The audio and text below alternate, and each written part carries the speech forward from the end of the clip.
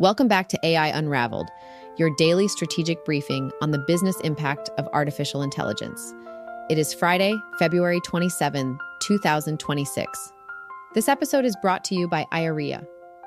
In a world where OpenAI is raising $110 billion to build the next layer of reality, and Block is laying off 4,000 people to make room for AI agents, you need a control plane to keep your business secure. IREA is that control plane. Today is a day of massive numbers and hard pivots. OpenAI has just secured the largest private funding round in history, $110 billion. We're also tracking a brutal shift in the fintech world as Block lays off 40% of its workforce, with Jack Dorsey stating that AI tools have fundamentally changed what it means to run a company. And for the creators out there, Google's Nano Banana 2 is out, and it's not just better, it's 0.5 the price. This podcast is created and produced by Etienne Newman, senior software engineer and passionate soccer dad from Canada. Now let's unravel the news. Before we dive into today's deep dive, a quick note for the brands listening. If you are trying to reach the architects of the AI revolution, not just the tourists, but the technical leaders actually building the stack, we are opening up limited partnership spots for Q1. See how we can simulate your product for the technical buyer at DjamgaMind.com/partners. Welcome back to AI Unraveled. It is Friday, February 27th, 2026, and we are doing a deep dive today into a stack of research that honestly... It's heavy. It's really heavy. I'm your host, and I have to admit, looking at the sources we've pulled for this week, I've been feeling a little uneasy. Yeah, and I'm your co-host and resident AI strategist here, and I completely agree. It's that feeling when the barometer drops right before a major storm. Exactly, that sudden change in pressure where the air just gets thick. You can almost feel it in your teeth, right? Yeah, that is exactly what the data looks like this week. Because if you've been, just casually scrolling through the headlines on your phone, you might think you're looking at a standard busy week in tech. Sure, a funding round over here, a layoff over there, maybe a new model release. Right, standard fare. Yeah. But when you actually lay these sources out on the desk, side by side, they aren't separate stories. They are one single screaming signal. It's a convergence point. And we've been warning about this theoretically for, 3 years now? Since GPT-4, easily. Right, since the very beginning of the generative boom, we've been talking about this theoretical moment where capital and labor and technology would just violently collide to rewrite the economy. Well, looking at the papers from this morning, the theory is over. The practice has started. We are officially calling this deep dive the Week of Hyper-Efficiency. I like that title because it really captures the brutality of what we're seeing. And to really understand the scale of what just broke, I don't want to bore you with a dozen headlines right off the bat. I want you to hold just two numbers in your head. Two numbers that honestly shouldn't exist in the same economy at the same time. But they do. And they are absolutely causally linked. Number one is $110 billion. Which is just. That is the cash injection, pure liquid capital that just hit OpenAI's bank account in a private round. Unprecedented is such a tired word, but there is really no other word for that amount of money. It's the GDP of a mid-sized European nation. It is more cash than most sovereign countries have in their reserves. And then number two is 40%.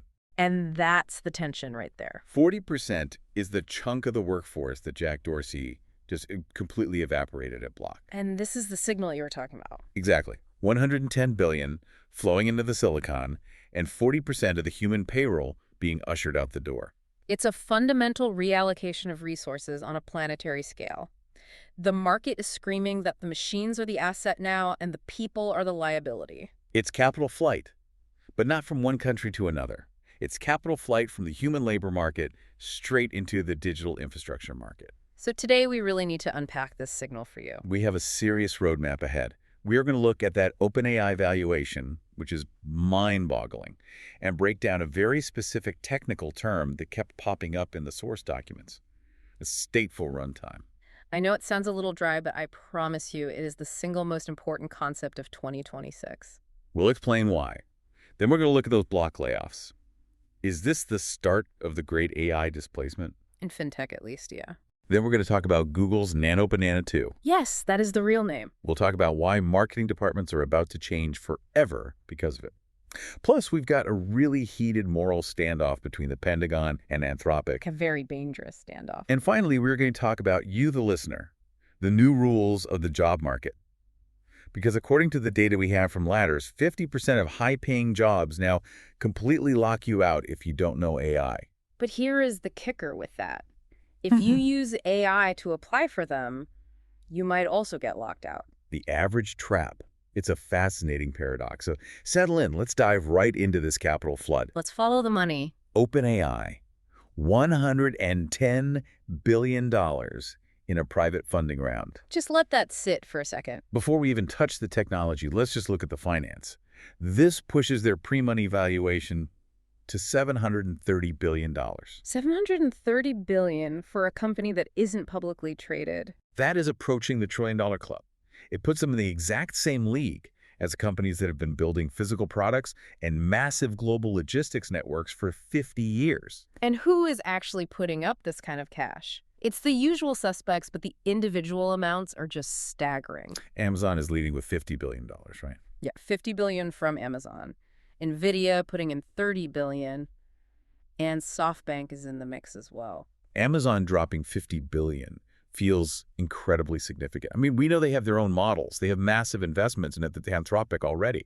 So why are they dumping $50 billion into OpenAI? It feels like a hedge at first glance, but $50 billion is a massive hedge. It's an ecosystem play. Exactly. The source material highlights a massive expansion of the AWS partnership. It's an additional $100 billion partnership expansion. But the devil is always in the details with these press releases. Always. This isn't just about OpenAI renting more servers to run chatbots. OpenAI is building what they call a stateful runtime environment directly on Amazon's Bedrock platform. Okay, let's stop here and really dig into this. Yeah. Because I was reading through the technical addendum on the Amazon deal, specifically regarding Bedrock. And this term, stateful runtime, just kept showing up everywhere. In the footnotes, it's everywhere. Yeah, and to a layman, stateful runtime sounds like just another corporate buzzword to justify a $700 billion valuation.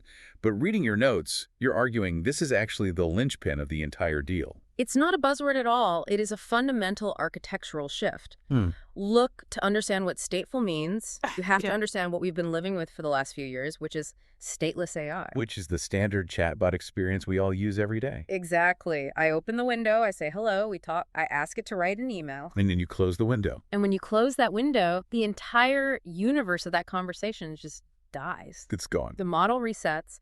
It has absolutely no memory of who you are, what you asked it yesterday, or what your long-term business goals are. It is basically an intern with total amnesia. All right, so every single time you walk into the office, you have to reintroduce yourself, re-explain the ongoing project, and re-upload all the relevant files. Which is fine if you're just writing a quick email or asking for a pancake recipe. But terrible if you're trying to run an actual company. It's incredibly inefficient. You spend more time prompting and managing the context window than the machine spends actually doing the work. So how does a stateful runtime environment change that? Because that's what Amazon and OpenAI are building with this massive hardware commitment. It changes the basic physics of the model. Stateful means the model maintains a continuous, persistent file on context. It never sleeps. It lives on the server. Yes, it has persistence. Yeah. So if you tell a stateful agent, hey, we need to increase sales by 10% this quarter, it doesn't just give you a list of 10 ideas and then shut down. It remembers that overarching goal. Exactly. It wakes up tomorrow, it checks the live sales data from your CRM, it compares it to the goal, realizes you are tracking behind, and it drafts a new marketing email campaign without you even asking. So it moves from a tool that you pick up and put down to an actual coworker that occupies a desk in your cloud infrastructure. Precisely. A coworker that never sleeps, never forgets, and has absolutely perfect recall of every single meeting, transcript, and email in your company's history. Wow. That is what they are building on Bedrock. It is the infrastructure for autonomous employees. And suddenly that $730 billion valuation makes total sense. Right, because they aren't selling a better search engine or a writing assistant anymore. They are selling a literal replacement for your entire operations department. This also makes the hardware side of the deal make a lot more sense. I saw in the breakdown they're committing to 3 gigawatts of inference capacity. 3 gigawatts. Specifically on NVIDIA's Vera Rubin systems. For those who don't track power grids, 3 gigawatts is a city. It is a large city's worth of power. And it's entirely dedicated to inference, not training. I think we should clarify that distinction for the listener. Absolutely. So training is when you teach the AI model what to know. You feed it the internet. that takes a massive amount of power, but you only do it once or you do it periodically for updates. Right. Inference is when the model is actually thinking and answering questions in real time for the end user. So committing 3 gigawatts purely to inference means they expect these models to be running constant nonstop loops. Exactly. A stateless model only uses power when you hit enter. But a stateful model is thinking and looping 24 hours a day. It's waiting for triggers, it's monitoring data streams. It's not really software anymore at that point. It's digital metabolism. It implies there will be millions of these agents running continuously, burning vast amounts of energy to do the ambient background work that human middle managers used to do. That honestly chills me a little bit. I won't lie. It's intense. It's one thing to have a really smart tool. It's another thing to have a synthetic entity that is essentially alive in a server rack, constantly watching your P&L statement. It is the ultimate efficiency engine. But building it requires massive capital, hence the $110 billion. So on one hand, we have this massive historic investment to build digital workers. Yeah. And then on the exact same day, we get the news from Block. The other side of the ledger. Block is the parent company of Square and Cash App, a massive fintech giant. They just announced they are laying off 40% of their workforce. That is more than 4,000 people just gone. Now, usually when we see layoffs of this scale, the CEO comes out with a very somber face and blames macroeconomic headwinds. Right, or inflation or high interest rates, the standard PR playbook. We overhired during the pandemic and we need to be leaner. But Jack Dorsey didn't do that. He completely ignored the PR playbook and just said the quiet part out loud. He really did. It was jarring to read. I have the direct quote here from his letter to shareholders. He said, "Intelligence tools have changed what it means to build and run a company." He explicitly cited AI as the reason they can cut 4,000 people. He's saying, we don't need you anymore because the software is finally good enough to do your jobs. Yes. But I want to push back on this for just a second because we are reading Jack Dorsey's letter where he cites these intelligence tools, and it sounds very futuristic and inevitable. But isn't there a very real chance this is just cover? Cover for what, Sarah? Cover for traditional corporate failure. I mean, Block has been struggling to find its exact identity for a while now. Their stock has been incredibly volatile. Isn't it totally possible he was going to fire these people anyway to save money?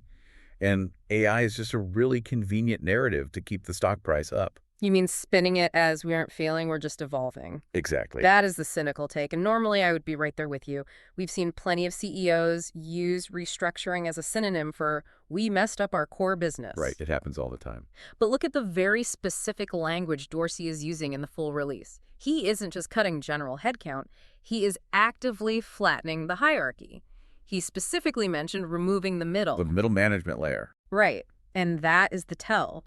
If this were just financial cleanup, you'd see 10% cuts across the board or maybe closing down specific failing experimental divisions. But he's targeting the coordination layer. The product managers, the schedulers, the people whose entire job is to essentially pass information from Team A to Team B. The people who manage the state of the company, to use our term from earlier. Exactly. He is making a massive bet that he doesn't need humans to manage the state of the company if he has stateful software that can do it. It's a huge gamble. He is essentially removing the connective tissue of the entire organization and just hoping the bones hold together with code. And he said he chose to rip the Band-Aid off now rather than bleed out gradually with slow cuts. That is brutal efficiency. It is the definition of hyper-efficiency, and look at how the market reacted to it. Shares rallied 20% in after-hours trading. The market absolutely loves it, and this is the really uncomfortable truth we have to sit with today. The market is validating the OpenAI valuation through the Block layoffs. Connect those dots for us. How does one validate the other? Well, if Block can shed 4,000 highly paid tech workers, and let's assume an average cost of, $200,000 per employee, fully loaded with benefits. Probably more in San Francisco, but yeah, let's say $200K. That's nearly $1 billion in annual savings. If they can shed that cost and actually increase their forward profit outlook because of these intelligence tools, then the tools themselves are massively underpriced. Ah, I see. So OpenAI is worth $730 billion because it allows companies like Block to permanently save billions in payroll year after year. It is a pure efficiency arbitrage. Jack Dorsey is betting that the cost of the compute, The cost of renting those stateful agents from OpenAI and Amazon is significantly lower than the cost of the 4,000 humans he just fired. And the stock pop shows the market agrees with him. It's a staggering calculation to see play out in real time. We aren't just talking about the automation of repetitive blue-collar work anymore. No, these are prime fintech jobs, product managers, senior designers, coders. It's the entire middle layer of the modern corporation just being hollowed out. You know, hearing about this, cutting 40% of your staff to rely on these new stateful agents, it sounds incredibly efficient when you look at it on a spreadsheet. Highly efficient. But it also sounds incredibly risky. You are essentially handing the keys of a publicly traded company over to autonomous software. Extremely risky. You can't just let software run your company without massive guardrails. Right. What happens when the agent hallucinates a new product strategy? Or what happens when it accesses financial data it absolutely shouldn't have permissions for? Or when it decides the most logically efficient way to save money is to just stop paying the server bills. That is the black box problem at scale. Jack Dorsey is betting his company on agents, but the question is who actually watches the agents? And that is exactly where our partner for this deep dive comes in, ARA. Right. ARA is essentially the control plane for this exact new reality. If you are going to deploy an agentic workforce like Block is doing, you desperately need visibility. You wouldn't hire 4,000 human employees and just not have an HR department or a security team, right? Exactly. You'd have total chaos. And you can't just let digital agents run wild in your cloud infrastructure either. ARA provides unified security and cost visibility for those agents. Think of it as the HR and security department for your digital employees. It tracks what they are doing, what they are spending, and make sure they aren't leaking proprietary data or accessing files they shouldn't. It allows you to actually see the thought process of the agent before it executes an action. Exactly. So if you are building a lean company right now, or a hyper-efficient company like Block Area, is the safety net that prevents lean from becoming completely reckless. You can check them out if you are looking to survive this specific transition. Absolutely essential infrastructure if you are moving at this kind of speed. Okay, moving on. We've talked about the invisible backend, the agents, the infrastructure, the stateful runtimes at Amazon. The heavy enterprise stuff. Yeah, now let's talk about something we can all actually see. And I mean that literally. The image war. Google has been fighting so hard to claw back dominance in the AI space. They had a really rough start with the initial Gemini launch. Lots of stumbles. But it looks like this week they finally planted a massive flag. Nano Banana 2. I still cannot get over that name. I know Nano Banana 2. It sounds like a flavor of baby food or a smoothie ingredient. It really does. But do not let the ridiculous name through you. This model just claimed the absolute #1 spot on all the major text-to-image leaderboards. And it didn't just win on visual quality, which is normally how these things are judged. It won on the iron triangle. The old engineering rule. Fast, good, cheap, pick 2. Exactly. And Google pick 3. They picked all 3. It beats Nano Banana Pro, and it beats OpenAI's GPT image 1.5 in blind tests for quality. It runs at Gemini flash speeds, so the generation is practically near instant. And the cost is what blew me away, 7 cents per image. 7 cents. That is half the price of the closest competitors. Half the price. This is a total commodity shock to the system. Oh, it really is. But the real story here, according to the technical sources, isn't just the price drop. It's a specific technical breakthrough that I think anyone working in marketing or design is going to immediately appreciate. It's the text problem. Oh, the absolute bane of AI art for the last 3 years. Yes. We have all seen those AI-generated images where the storefront sign says something like GRLOBB in glowing neon. Or a protest sign that's just covered in alien runes. Right. Or a perfectly photorealistic hand holding a Coke can, but the logo spells Coke-E with 3 Ks and an exclamation point. Complete gibberish. It was the absolute hallmark of AI hallucination in the visual field. You could always instantly tell an AI image, oh, look at the weird hands, look at the crazy text. Which meant you couldn't use it for anything serious without serious human editing. Exactly. It was a massive workflow bottleneck. Well, Nano Banana 2 completely fixes it. The source data says it can render text perfectly now.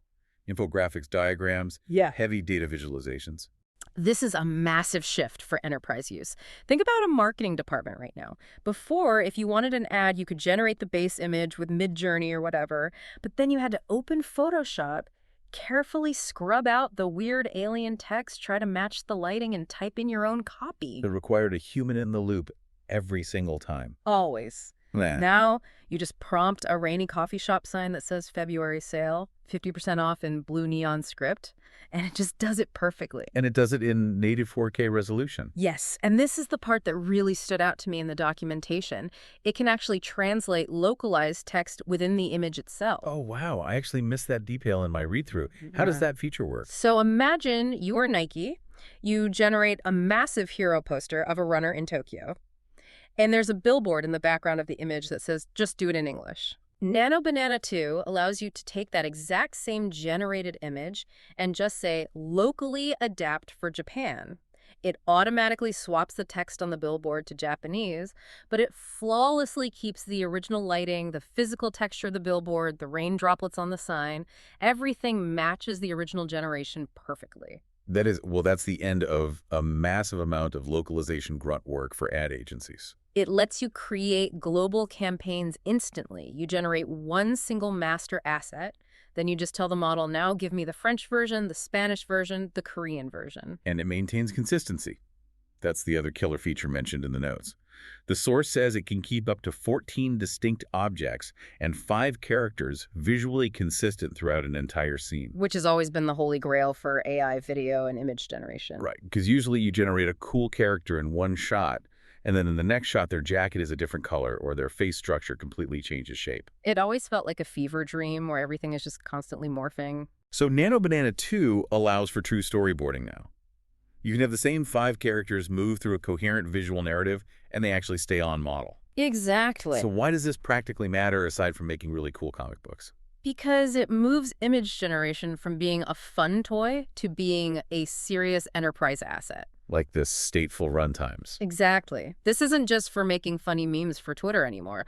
This is for generating the entire corporate annual report. This is for creating the entire social media content calendar for a Fortune 500 company without ever booking a single photo shoot. And Google has integrated this model into everything right. Everything across their stack, Yeah. Gemini Workspace, the massive ads platform. If you are a Google Ads user, you now essentially have a studio-grade art director built directly into your dashboard for 7 cents an image. That's intense. There's that hyper-efficiency theme again. Why would you hire a junior graphic designer to make a simple social post when the machine does it perfectly for pennies in under 3 seconds? It's the exact same story as Block. The floor for what is considered good enough is rising rapidly, and the cost to achieve it is completely collapsing. You know, my head is honestly spinning a bit right now. We've got the OpenAI billions, the Block layoffs, the Google image revolution. The sheer speed of these updates is just relentless. It's constantly accelerating. We used to get one big model update every quarter, maybe.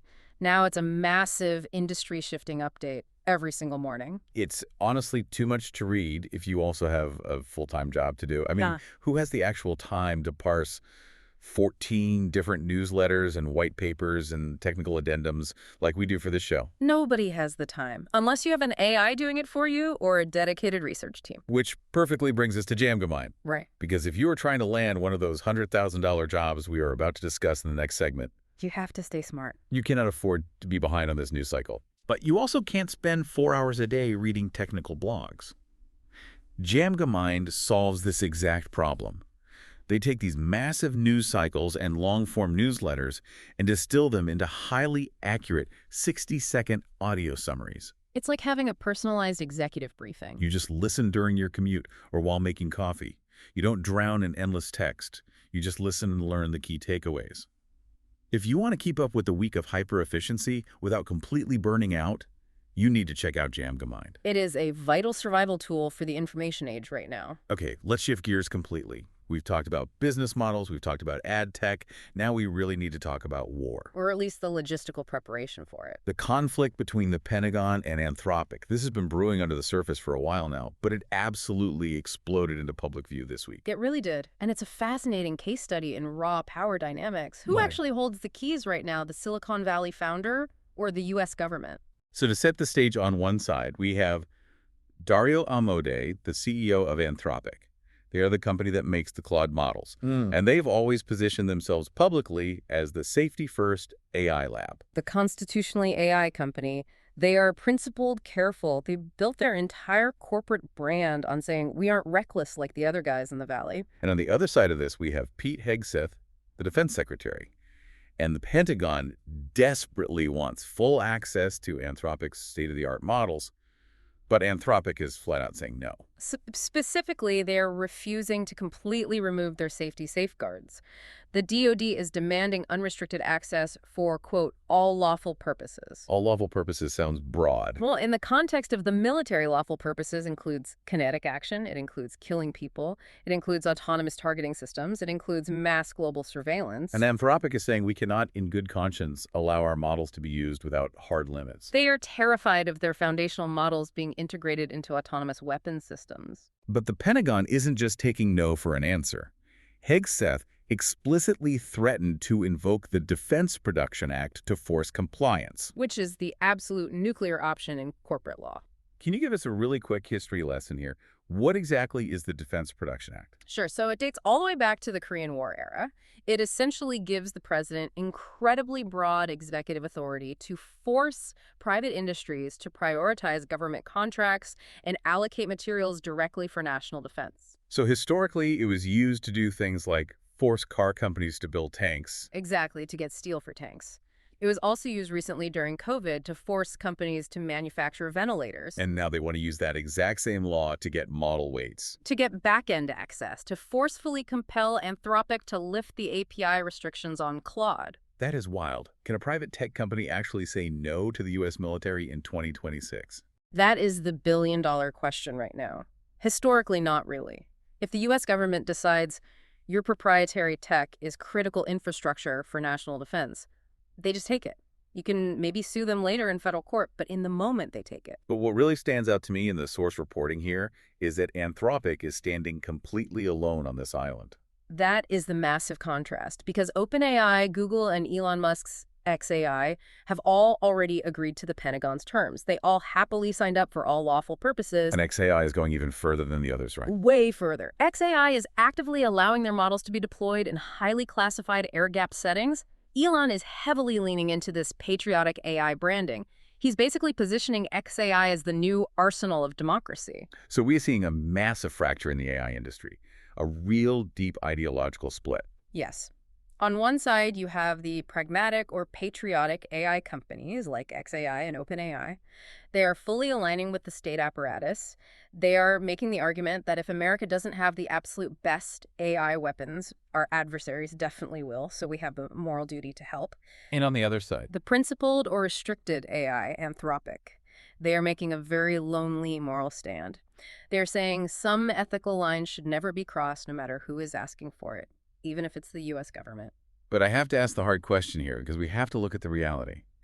If OpenAI and Google and xAI are already saying yes to the Pentagon, does Anthropic's no even practically matter? That is the real tragedy of this whole standoff. If the Pentagon can just get GPT-6 or Gemini to successfully run their drone swarms, they don't actually need Claude at all. Right. Anthropic might be making this grand moral stand that ultimately just renders them completely irrelevant in the massive defense sector.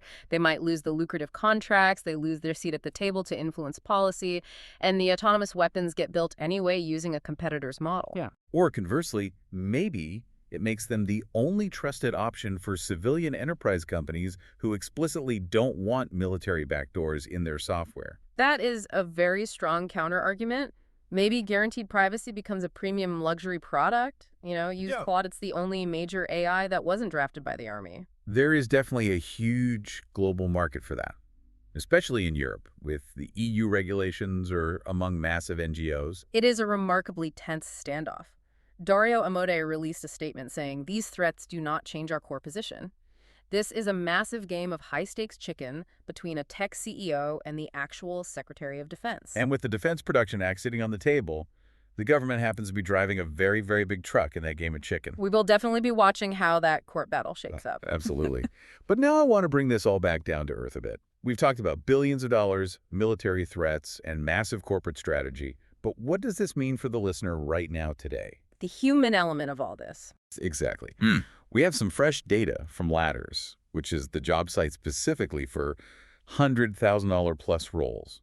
And the numbers they published are stark. They really confirm what we have been suspecting for months. The hard AI literacy barrier is officially here. According to Ladders, 50% of all high-paying jobs now explicitly require AI skills as a baseline. 50%. And just to give you some historical context, that was only 20% back in 2021. And back then, in 2021, having AI skills basically meant you were a highly specialized data scientist or a machine learning engineer who knew Python. Right, and meant you could build a model. Now it means something entirely different. Now it means, can you effectively prompt an LLM? Can you manage an autonomous agent?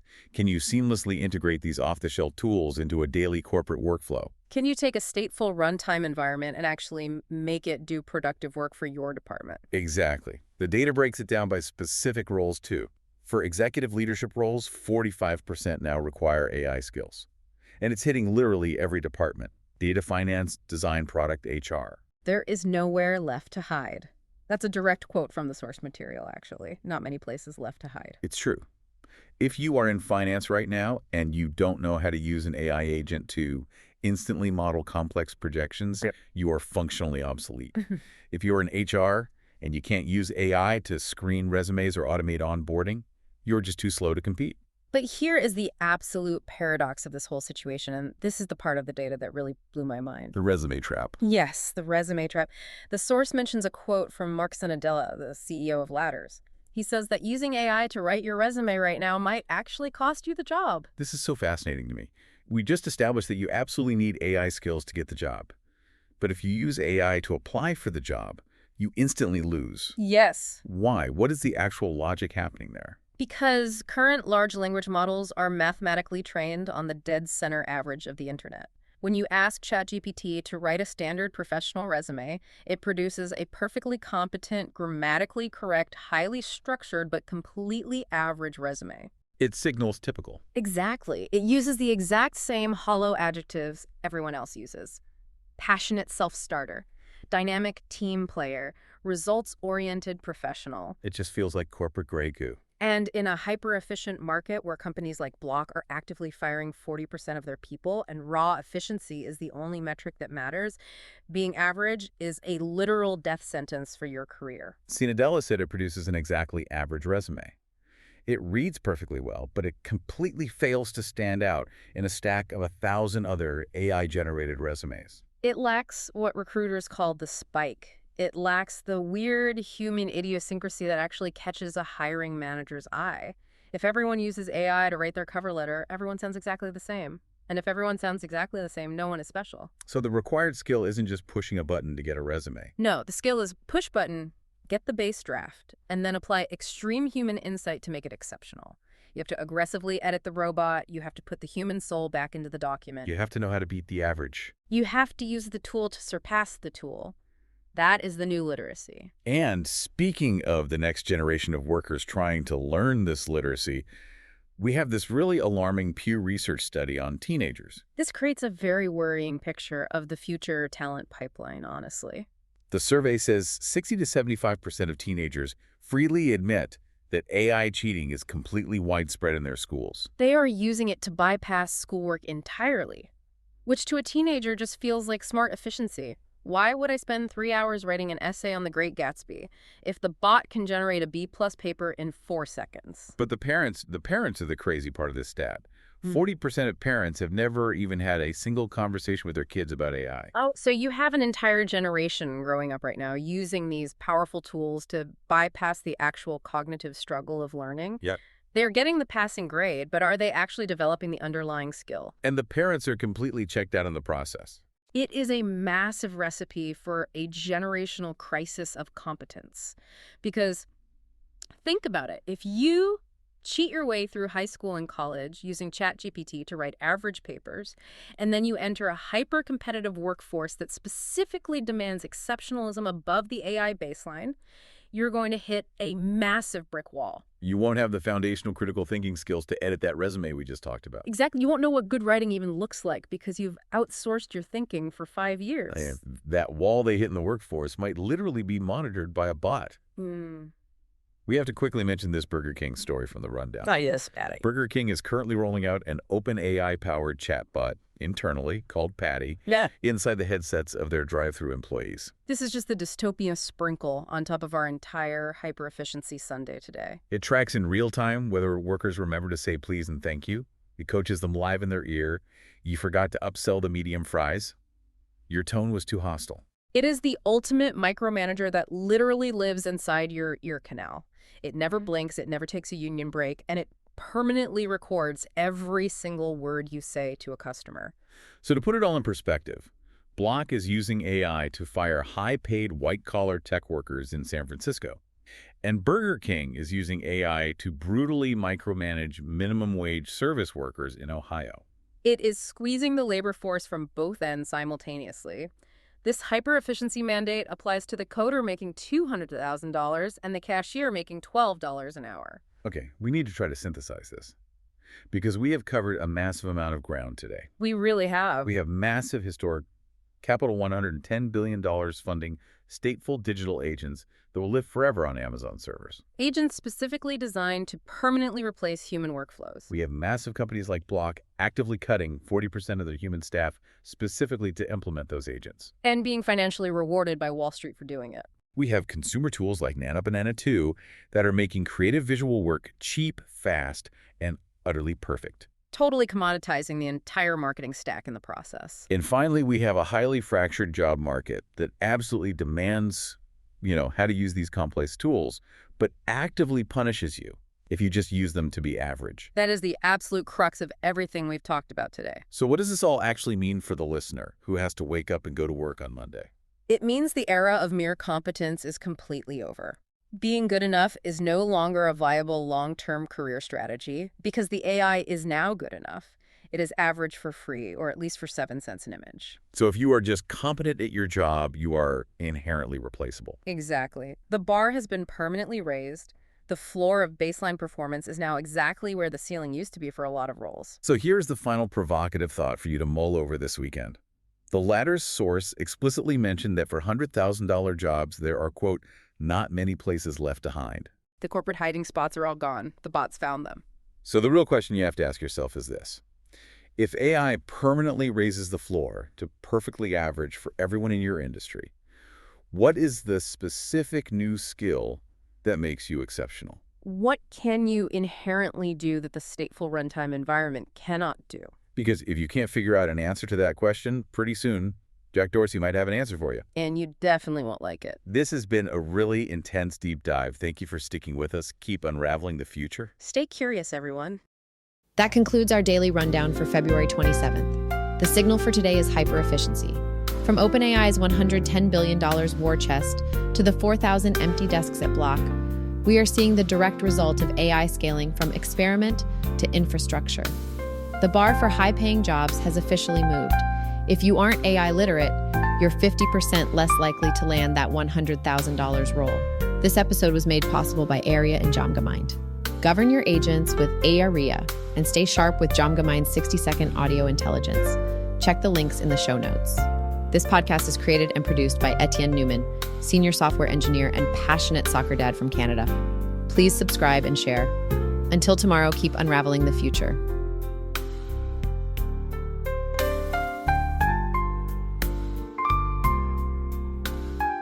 And before you go, if your company is building the tools that power the workflows we talked about today, I'd love to showcase them to this audience. We don't just run ads, we build technical simulations that prove your value. Let's build something together. Visit DjamgaMind.com/partners to get started. Until next time, keep building.